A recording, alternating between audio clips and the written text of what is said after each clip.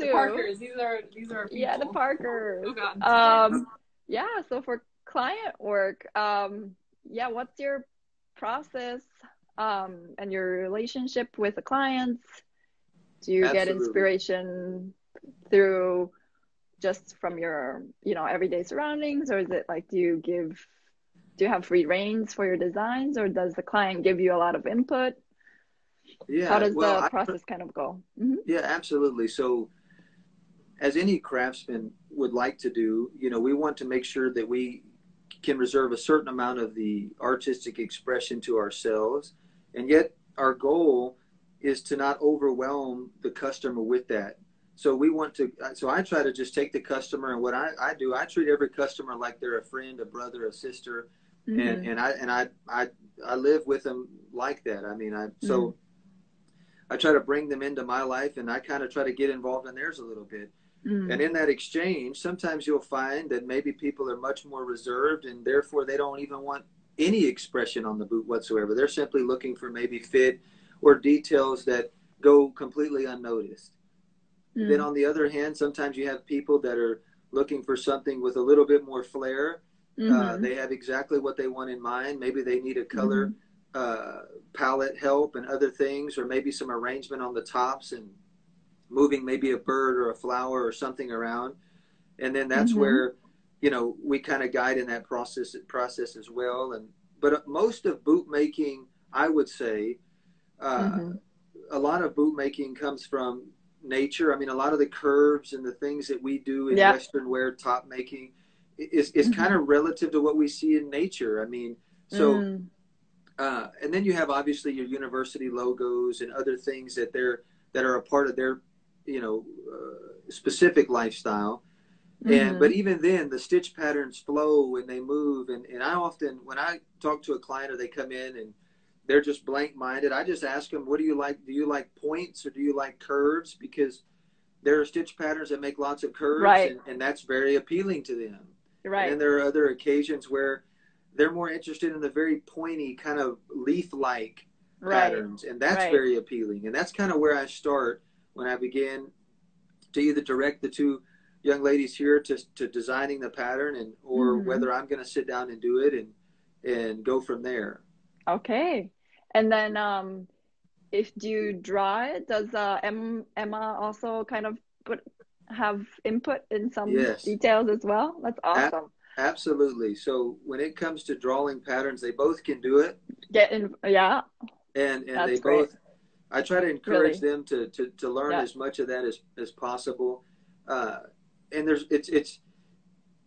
there's all these rules in designing anything artistically, and it's different than drawing a landscape and going from, a river coming out of the bottom side of the paper and going to the top, and you have different, rules of dimension and things like that. On a stitch pattern, you're not dealing with that dimension so much as you're just dealing with symmetry and trying to make something feel balanced in the negative space of the pattern where there's no stitching, and then the positive spaces where stitching exists, or where maybe a loop makes a half circle and doesn't close all the way. And so those variables and kind of feeling that out are what give the boot overall just those small details that take a good boot or a good mark of craftsmanship, and those little details and those fine tweaks make it great, Great.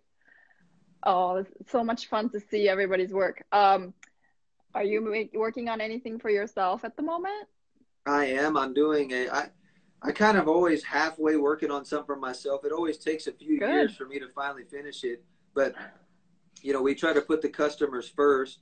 And by the time we sit down to design something for ourselves, our brains are fried. We're like, what do we want? I don't know. Do you want to do something with inlay? No, it's too much work.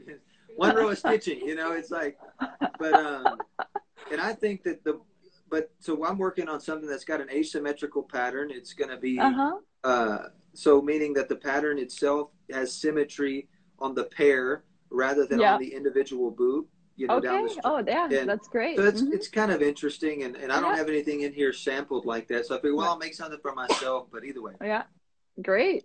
It's a good practice to actually have something on the side that you're working on for yourself always, so that you can always go to it, on downtime and stuff. Because, that's great. What's your favorite tool in your shop? My head, right here. Okay, okay. If this is broken, Yeah. these no bueno, they don't work. No, Right. but I like to.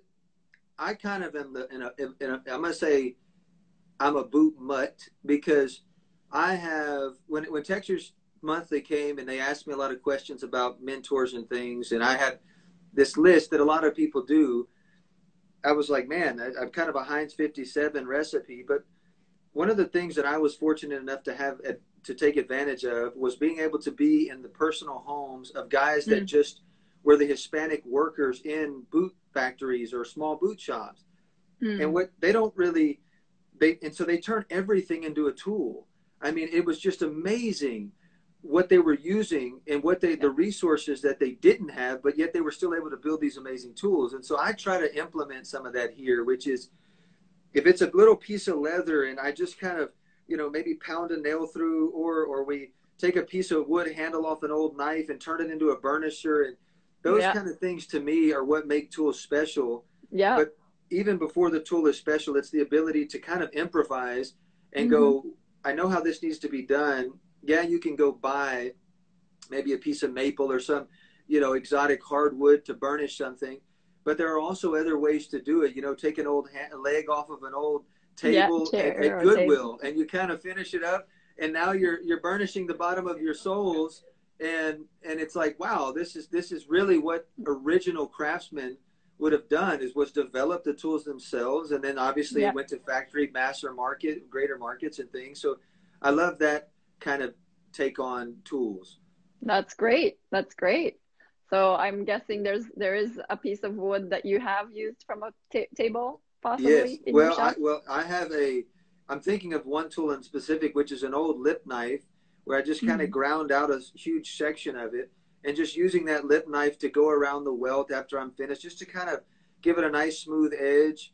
And but that's, but yeah, absolutely. If I needed a tool like a burnishing tool, I would definitely improvise with whatever I could get my hands on. Yeah. All right. What's your favorite shoe you've made in your entire shoemaking life? Favorite shoe is probably the ones I'm wearing, in the sense that it's the one whatever I'm wearing that day is my favorite. No, okay. But it's when it comes to, because I'm trying to think of, it would probably be if I had a boot that I felt was something very just unique to me that I made, was the first boot that I made in the Haas boot shop in Lampasas, Texas. And it was just an amazing experience to sit down in a shop like that. One boot was made at a time, I mean, pegs went in, everything was just, and to sit there and make a boot next to a guy like that had a great reputation and was just an overall good person. I feel that boot is probably has the most dense memory bank of what I would think has the most value. Because do you still wear them?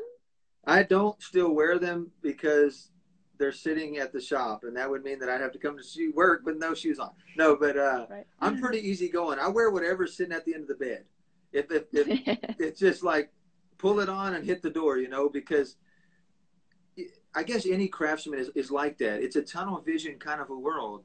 And it's like you begin to make things for yourself, and you get the reward is in what you put on other people, and kind of giving yourself away in sharing a little bit of yourself is really what's the most important. And so accidentally in doing that, you give so much of yourself away all the time that you don't even really feel it's a need to pour back into self. So you kind of get the thrill out of looking down out of a pair of boots, and you need an insole now because you wore the outsole out so much. And you're kind of like, well, but I can fix that. And so you pull it apart, you put an insole on the last, you put it all back together, and you just go about your business. And it's kind of the style of the artist, I guess you would say. Right. It kind of comes with the turf. Great. Larry Shoes have asked me a question, so I'm going to read it out. Do you have any way to accommodate customers who ask for a lightweight, soft, flexible boot for comfort? Also, have you ever made an extra depth boot for a customer who wants to wear orthotics inside? Yes. So there's a couple of things there. Depending on what the orthotic looks like, I'll start with the second first. If the orthotic has a very, very pronounced arch on it and he's wearing a flat bottom shoe like a Sperry or a boat shoe, then I won't insert the insert into the boot because I'm going to create that support in a Western heel. So what I'll do is I'll encourage him to allow me to make him a Western heeled boot. And then I will try the boot on, in some cases without any guarantee of fit, meaning I'll charge him a flat rate and say, let me try to make this boot and let him wear it. That's one way that we try to accommodate that. So it depends on the orthotic. Many cases when, okay, go ahead. No, that's great. Yeah. And then with about lightweight, soft, and flexible materials, do you do that? Do the customers also kind of get a say of like, oh, I'm looking for something soft? Yes, we build every single thing to accommodate that personal need.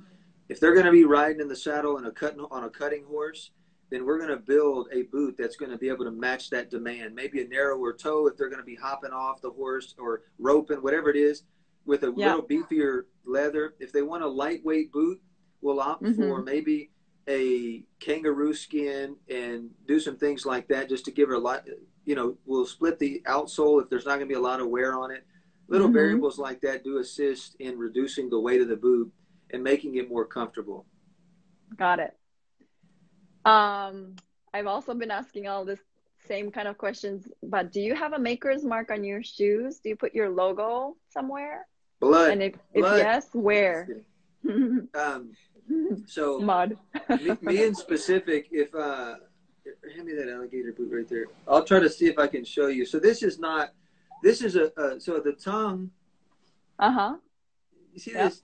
So on the outside of this tongue is an expanded version of what Dave Wheeler, a bootmaker here in Houston, does.